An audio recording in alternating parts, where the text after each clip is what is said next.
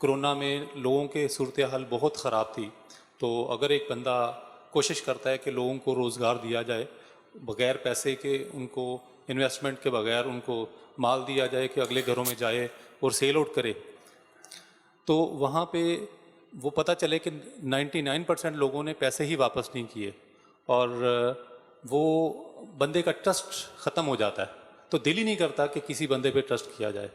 اس کے بارے میں آپ کا کیا حکم ہے؟ یہ جو روڈوں پہ روزہ دار کے طور پر جو بانٹ رہے ہوتے ہیں، یہ خالی روڈوں پہ نہیں بانٹتے، یہ ہوائی جہاز میں بھی پیکٹ دیتے ہیں کھجور کا مسلمان پیسنجروں کو۔ اب مسافر تو ویسے ہی روزے میں اور رعایت مل جاتی ہے، اس کو قضا کرنے کی اجازت ہوتی ہے، لیکن یہ بانٹتے ہیں تو روزے دار بے روزے دار سب لے رہے ہوتے ہوں گے۔ اب یہ جو گاڑیوں میں گاڑیاں نکلتی ان کو روک روک کے یہ دے رہے ہوتے ہیں، تو انشاءاللہ دینے والے کو ثواب ملے گا۔ فٹ پاتھوں پر جو لگاتے ہیں افطار کا دسترخوان، افطار کی ترکیب لگاتے ہیں، پھر وہاں پر لوگوں کو پتہ ہے کہ یہاں پر جائیں گے تو مطلب 200 500 1000 کا آدمی کا کھانا یہاں پر افطار مل جائے گا، تو جو کھلانے والے ہیں انہوں نے تو ایک اچھی نیت کے ساتھ یہ ساری چیزیں لگائی ہیں، تو ان کو تو کھلانے کا ثواب ملے گا۔ تو یہ کہ ایک ہے تو کار ثواب، سمجھ میں یہی آتا ہے۔ ایک رمضان کی رونق بھی ایک کہ لوگوں کا اس طرح روزوں میں ذہن بنے گا، رمضان کی رونق نظر آئے گی کہ ماشاءاللہ۔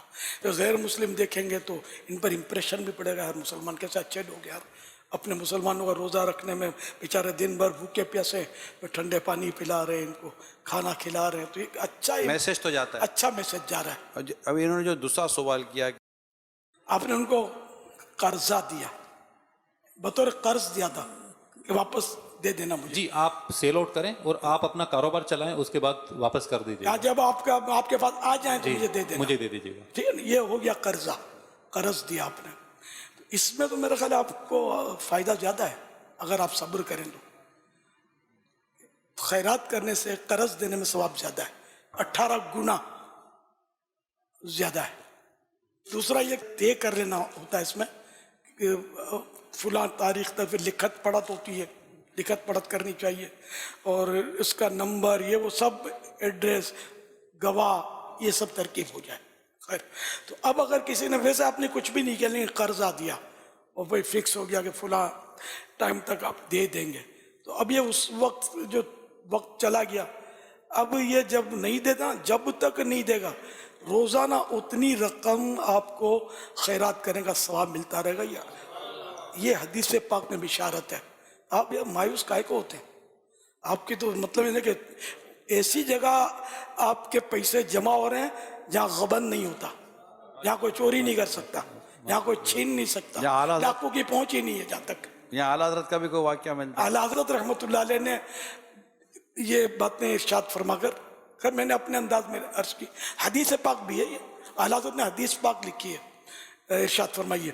تو اس کے بعد فرمایا کہ میں نے بھی لوگوں کو قرضے دیے ہوئے ہیں اتنے اتنے، اور میں روز اتنی خیرات کر نہیں سکتا، لیکن اب میرے لیے حدیث پاک کے مطابق اتنی روز کی خیرات کا ثواب، اس لیے دل بڑا رکھے، اللہ کی رضا کے لیے اب بھی دیں۔ چلو 1% تو حقدار تک پہنچانا، آپ نے جال پھینکا، کیکڑے بھر گئے، سانپ دریائے گھس گئے، کچھ کا کچھ آ گیا، ایک ایسی مچھلی آئی کہ مزہ آ گیا۔ تو ایک نیکی بھی اگر قبول ہو گئی نا آپ کے پورے خاندان کی، انشاءاللہ سب کا بیڑا پار ہو جائے گا۔ اللہ کی رحمت بہت بڑی ہے، تو آپ غریبوں کی مدد سے ہاتھ نہ روکیں۔ یہ لوگ بہت برے لوگ ہیں جو اس طرح کرتے ہیں کہ اس طرح بیچارے جو حقدار ہیں پھر وہ بھی رہ جاتے ہیں، آدمی کا دل ٹوٹ جاتا ہے کہ نہیں دینا یار، ایسے ایسے لوگ کرتے ہیں۔ مارکیٹ میں ایسا ہی بولا جاتا میرا ہے۔ یہی کویشچن ہے کہ اب دل ٹوٹ گیا ہے، ٹرسٹ کرنے کو دل نہیں کر رہا، تو اب حضرت صاحب نے بتا دیا کہ وہ آپ کا لاکھوں گنا زیادہ اجر ہے، یہی دل کو سکون مل اپنے تو یہاں ہی دل جوڑنے کے لیے نا، لیکن یہی بات ہے مارکیٹ میں جا کے کرتے ہیں نا تو وہ ٹوٹے ہوئے دل کو ایک لات اور مار دیتے ہیں، یہ تھوڑا بہت بچ گیا وہی بھی توڑ دے، نہیں کرنا ہے، کرنا ہی نہیں چاہیے، میں نے بھی چھوڑ دیا تو بھی چھوڑ دے۔ نہیں اب تو یہ پیچھے نہیں ہٹیں گے، آقا کی دکھیاری امت کی خدمت کرتے رہیں۔ کس کی دعا سے آپ چل رہے ہیں یار، آپ کو کیا پتا۔ السلام علیکم۔ وعلیکم السلام ورحمۃ اللہ وبرکاتہ۔ اسی سوال کا ضمنی سوال ہے میرے پاس کہ اگر یہ قرضہ آپ کہتے ہیں کہ کوئی نہ دے تو اس کا ثواب ملتا رہے گا، تو اگر ہم نے اس قرضہ معاف کر دیا اس کے اوپر تو پھر وہ ثواب چلتا رہے گا یا رک جائے گا؟ اب تو ذرا ثواب تو رک گیا نا، کہ وہ قرضہ رہا نہیں نا اس پر، اس حدیث کے تحت سے تو وہ نکل گیا، اور معاف کرنا بھی کار ثواب ہے. امام اعظم رحمۃ اللہ تعالیٰ علیہ بقصد قرض دیتے تھے اور معاف فرما دیتے تھے. معاف کر دینا ہے کہ بیچارہ آخرت میں پکڑا نہ جائے. لیکن اب وہ تو اگر اس نے جان بوجھ کر لیتے وقت نیت یہی تھی کہ میں دوں گا نہیں، تو اب تو وہ گناہگار تو ہے، تو توبہ اور یہ حق العبد بندے کا حق ہے نا، ان سے رجوع تو کرنا ہی پڑے گا ان کو. تو ان کے معاف کرنے سے بھی ان کو یہ سارا معاف کیسے ہوگا، اس کو تو پتہ بھی نہیں چلے گا. اور یہ بھی ہوتا ہے کہ بعض اوقات ہمیں لگتا ہے کہ یہ کھا گیا، لیکن یہ کہ بعض اوقات وہ خود کرائسس میں آ گیا ہوتا ہے، کہ وہ بھرنے جیسا ہوتا نہیں ہے، اس لیے منہ چھپاتا ہے کہ میں اگر جاؤں گا شریف بن کر معافی مانگنے تو یہ کہیں مجھے پولیس کے ہاتھ میں نہ دے دے. یہ بھی ہوتا ہوگا. لفظ کھا گیا یہ بہت یہ لفظ کہاں پر لگے گا؟ بہت ہیوی ہے. میں تو یہ کہتا ہوں کہ 100 سال تک بھی قرضہ ادا نہیں کیا، ہم یہ نہیں کہہ سکتے یہ کھا گیا. بیچارہ مجبور ہو گیا ہوگا، نہیں بھر سکا، کھا گیا. یہ تہمت ہے، تہمت بہت بڑا گناہ ہے، غیبت سے بھی بڑا گناہ ہے تہمت. کہ اللہ پاک جو تہمت لگانے والے جو ہیں، تہمت لگانے والے کو اللہ پاک جہنم میں ایسی جگہ پہ رکھے گا جہاں جہنمیوں کی پیپ دے رہی ہے، جہنم کی پیپ میں، اور اس وقت تک رکھے گا جب تک وہ اپنے اس گناہ سے نکل نہ آئے. تو یہ تہمت تو ہماری بات بات پہ تہمتیں ہوتی ہیں. کھا گیا کہنے کے لیے تو سولڈ دلیل چاہیے، یا تو یہ خود کہہ دے، کہ بعض لوگ کہہ دیتے ہیں جا وصول کر لے، بس میں کھا گیا، جا کھا جاتا ہوں، نہیں دیتا، جا کیا کر لے گا. اس طرح کی باتیں کر کے بعض لوگ قبول کر لیتے کہ میں کھا گیا ہوں. یا تو یہ قبول کر لے، یا کوئی بھی اب ویسے پتہ نہیں چلتا کہ وہ کھا گیا. بعض لوگ تو بولتے ہیں کہ دے دوں گا یار، آئندہ دے دوں گا، اب یار میں دے دوں گا، میری نیت صاف ہے. اب اس کو آپ کیسے بولیں کھا گیا؟ آپ یہی بولیں گے یار روزانہ یار یہ ٹہلاتا رہتا ہے، ٹھیک ہے، لیکن کھا گیا تو نہیں کہہ سکتے اس کو. تہمت یعنی کسی پر ایسی برائی تھوپ دینا سامنے یا پیچھے سے جو اس میں نہ ہو، یہ تہمت ہے. مثلا یہ پیسے کھا جاتا ہے لوگوں کے، اور وہ ایسا نہیں ہے، یہ جھوٹا، مطلب تو یہ جھوٹا الزام بھی کہہ سکتے ہیں اس کو، اور وہ نہیں کھاتا، تو اب یہ تہمت ہے. یار یہ جھوٹ بول رہا ہے، اب آپ نے اپنی قیاس سے بول دیا یہ جھوٹ بول رہا ہے، اور وہ جھوٹ بیچارہ بول نہیں رہا ہے، تو یہ بھی تہمت ہوئی.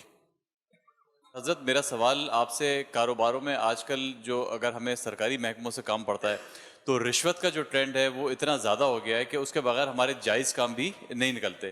تو ایک تو پہلا سوال تو یہ ہے کہ جو رشوتیں اپنے سرکاری محکموں سے اپنے کام جائز کام کروانے کے لیے اگر رشوت دینی پڑتی ہے تو اس کے لیے آپ کی کیا رائے ہے؟ اور دوسرا یہ کہ اب یہ جو ٹرینڈ ہے یہ بڑھ کے پرائیویٹ کمپنیز تک اتنا آ گیا ہے کہ پرائیویٹ کمپنی سے بھی اگر آپ کو کام کرنا ہے تو وہ گفٹ کی صورت میں کوئی نہ کوئی چیز ایکسپیکٹ کرتے ہیں، یا کوئی نہ کوئی ایسی ڈائریکٹلی کیش کی فارم میں کوئی چیز ایکسپیکٹ کرتے ہیں. تو کام پکڑنے کے لیے اگر ہمیں کبھی دینا پڑے تو اس کے حوالے سے کیا اس میں ایک شرعی حیثیت ہوگی اس چیز کی؟ تھوڑا کم مالدار رہے آدمی،